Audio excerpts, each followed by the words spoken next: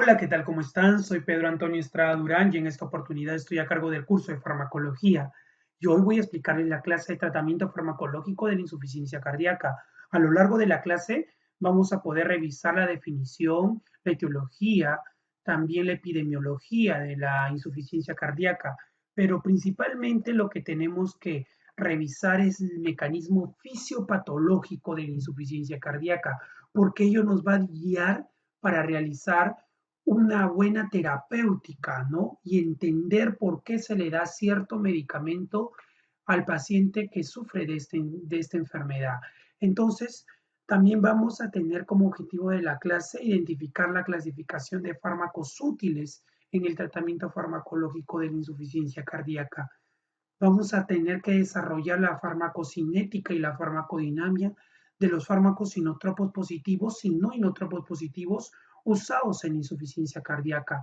Y vamos a identificar las reacciones adversas medicamentosas y utilidad terapéutica de los fármacos sinotropos positivos y no inotropos positivos usados en insuficiencia cardíaca. La insuficiencia cardíaca, ¿no? Esta enfermedad o síndrome crónico que se caracteriza por la incapacidad del corazón para satisfacer las demandas periféricas de oxígeno y nutrientes. Esta incapacidad también involucra en la disfunción de otros órganos como el riñón, altera la función del tracto respiratorio e inclusive del tracto gastrointestinal. Vamos a encontrar dentro de este síndrome la disfunción del músculo cardíaco, que tiene actividad eléctrica propia, el inotropismo, ¿no? El músculo cardíaco es parecido al estriado, que se contrae constantemente, pero es para que se realice esta contracción, tiene a muchas proteínas contráctiles que son las que van a facilitar o a mediar la contracción dentro de un mecanismo intracelular. Cuando esta célula cardíaca se ve alterada, sus mecanismos intracelulares se ven alterados, es cuando el automatismo va a disminuir o se pierde y va a responder otro mecanismo de tipo compensador, que es la estimulación de tipo simpática. Vamos a empezar a hablar de esta enfermedad o síndrome crónico, primero dando su definición. Entonces, a lo largo del tiempo ha ido variando la definición desde los años 90 con un tipo de modelo hemodinámico, ¿no? Que fue descrito, fue definido y fue una de las definiciones más importantes en los años 90, dada por el cardiólogo Brawant, ¿no? Él nos decía eh, que la insuficiencia cardíaca es una situación en la cual el corazón es incapaz de mantener un gasto cardíaco adecuado a los requerimientos metabólicos y al retorno venoso. Si no se puede mantener la irrigación arterial como la venosa, estamos frente a una insuficiencia cardíaca. Otra definición que encontrábamos era la siguiente. La definición, la definición de insuficiencia cardíaca consiste en un síndrome clínico complejo que puede resultar de cualquier daño estructural o funcional que altere la habilidad del ventrículo para llenarse o expulsar la sangre. Puede resultar entonces de daño estructural de arterias o del mismo corazón, ¿no? Y dentro de ellos, el que más decide el gasto cardíaco es el ventrículo izquierdo, el ventrículo derecho para llevar sangre venosa. Entonces, cualquiera de estas alteraciones en la expulsión o recepción de sangre nos dice que es un tipo de insuficiencia cardíaca. Entonces, esta fue la definición que ustedes conocen, ¿no? Eh, el corazón es incapaz, ¿no? De mantener un gasto cardíaco adecuado a los requerimientos metabólicos y al retorno venoso. Fue la que la definición que dimos primero. Entonces, fue la más importante del siglo pasado. La definición fue dada más o menos en los años 90 y esta es una interpretación del modelo hemodinámico. El Colegio Americano de Cardiología en el año 2005 ya hablaba de la insuficiencia cardíaca como un síndrome clínico complejo, ¿no? Este síndrome clínico complejo, ¿no?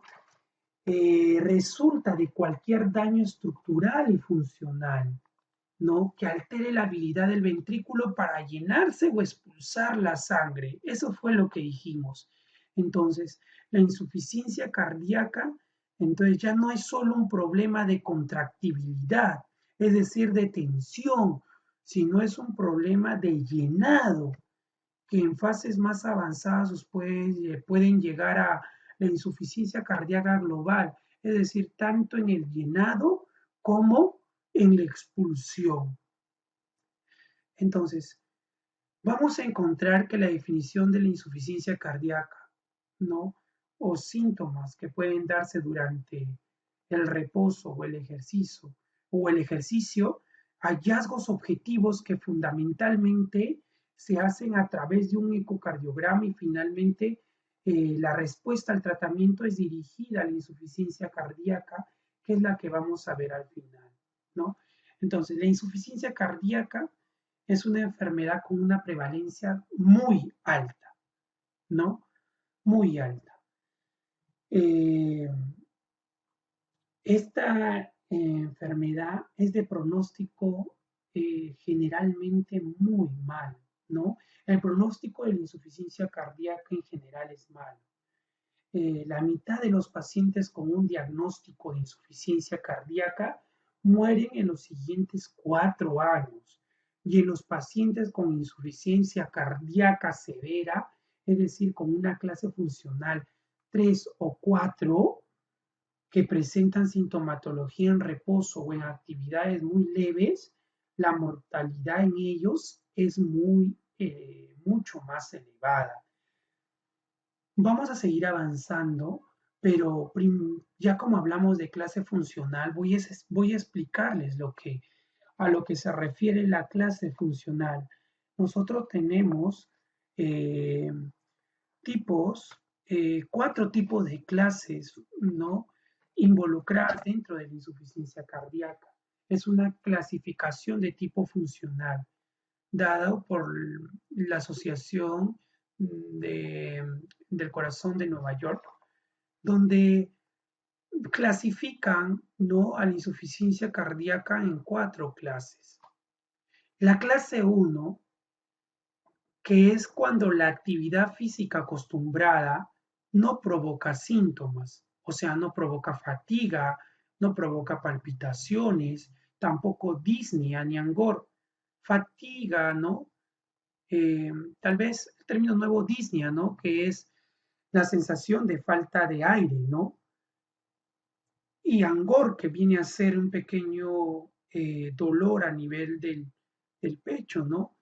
Entonces, la clase 1 viene a ser la actividad física acostumbrada que no provoca síntomas, es decir, la persona hacer normalmente sus labores domésticas, ¿no?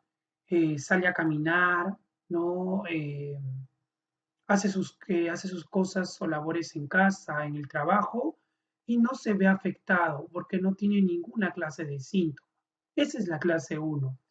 La clase 2, la actividad física acostumbrada va a provocar síntomas. Entonces, en la clase 2, la persona, entonces al hacer sus labores diarias, va a tener los síntomas.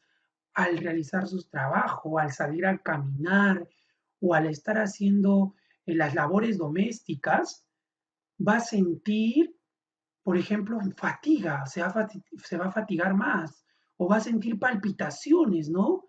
Que es, eh, que es el sonido, ¿no? Fácilmente identificable cuando la frecuencia cardíaca ha aumentado.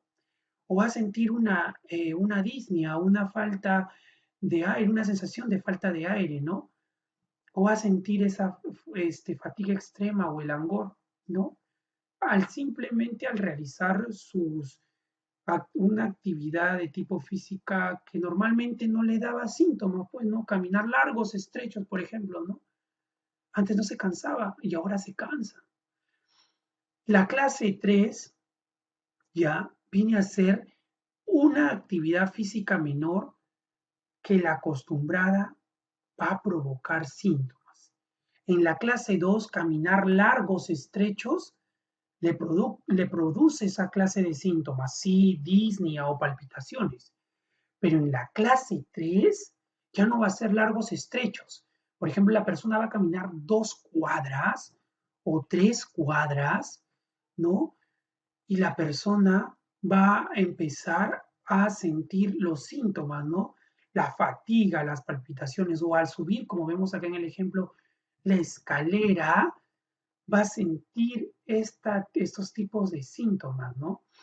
No al subir solamente unos 10 escalones o unos 15 escalones. Esa es la clase 3, que es ya una clase de tipo de mal pronóstico, como dijimos, ¿no? En la 3 y la 4, ¿no?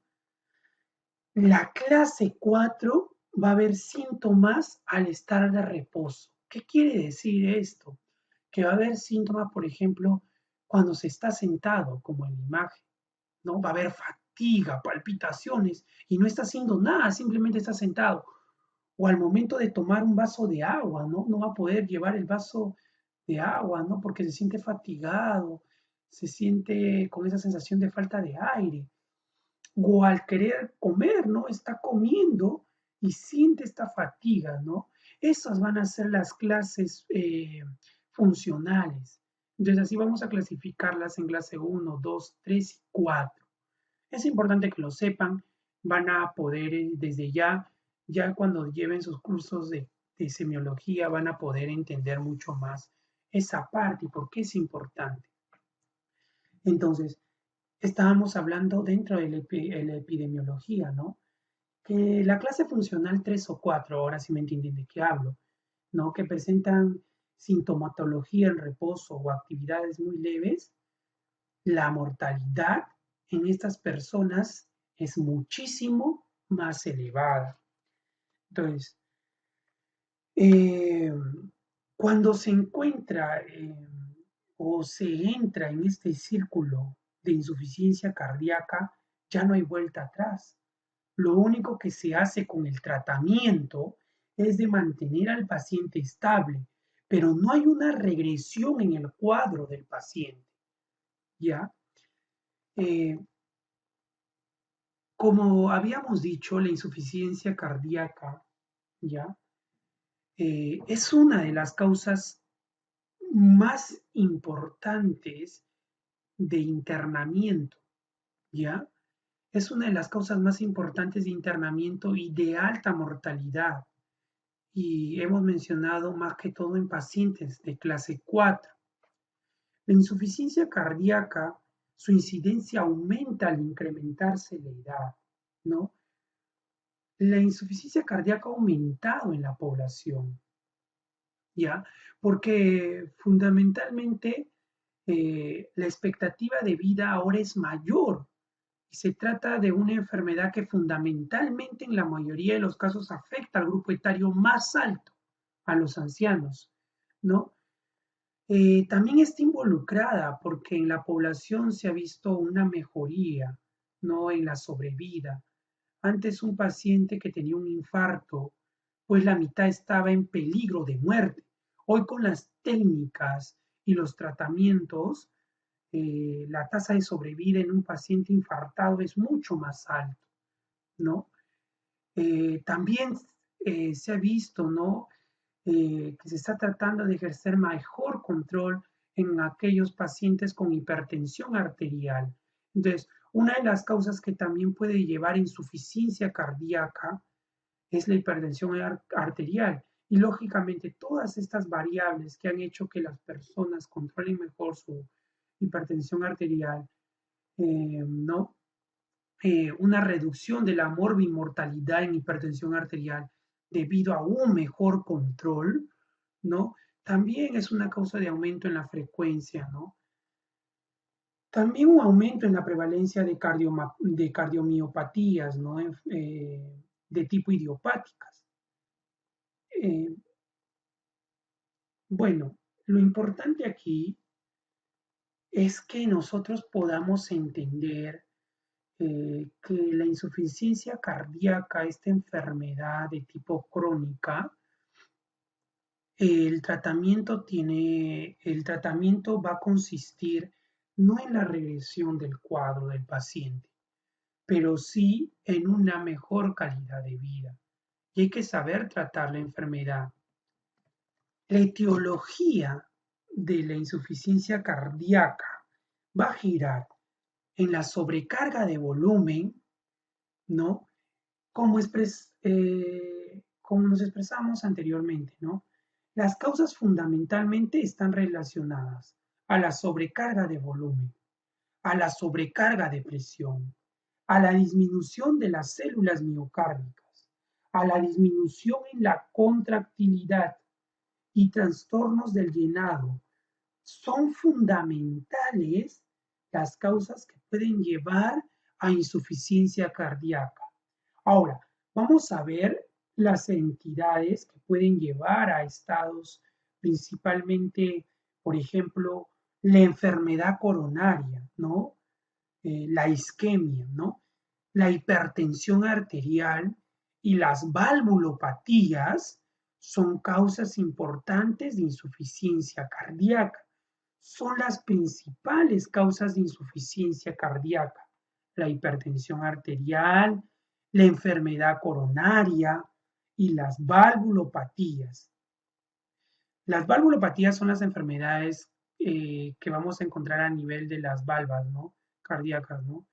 Eh, Vamos a encontrar tipos de insuficiencia o estenosis de tipo aórtica o mitral, ¿no? Esas son valvulopatías, enfermedades relacionadas eh, con el cierre, ¿no? Mm, con el cierre de las válvulas ventriculares, ¿no? O el cierre de las válvulas aórticas que sufren daños, ¿no? Y van a repercutir en la fisiología normal cardíaca, ¿no? Y la distribución de la expulsión de la sangre hacia todos los componentes corporales. Entonces, va a ser una causa también importante de producción, una causa importante para que se produzca una insuficiencia cardíaca. Entonces, que esto quede claro. La etiología, no la sobrecarga de volumen, la sobrecarga de presión, la pérdida de la pérdida de, de, de células miocárdicas, la disminución de la contractilidad y la restricción de llenado. Como principales causas de insuficiencia cardíaca, no olvidar a estas patologías, ¿no? La hipertensión arterial, la enfermedad coronaria y las valvulopatías. Son las causantes principales de insuficiencia cardíaca. Bueno, eh, vamos a ver que hay una serie de etiologías distintas que nos van a llevar a la insuficiencia cardíaca, pero esas tres son las principales, ¿no? Hay una larga lista, pero por el momento, como nuestro curso es farmacología, es lo que vamos a dar. Estamos dando pequeños pilares, ¿no? Dentro de la etiología que nos hagan entender después la, la terapia dirigida, ¿no? Bueno, vamos a continuar.